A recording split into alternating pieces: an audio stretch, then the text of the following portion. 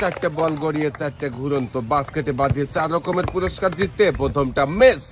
দর্শক ছাড়ো 3টা বল দেখি চাচি কোন কোন রিসিভারে বল বাঁধাতে পারে আর কোন কোন পুরস্কার যাবে। সাবাস, 2টা বাকি রয়েছে, আরো একটা বল যাবে, মিস।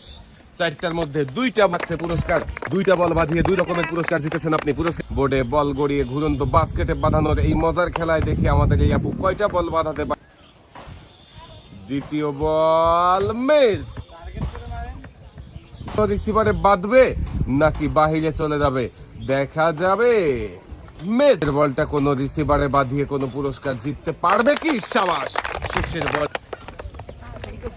এক সাইডে দাঁড়াবেন, যাবে, মিস।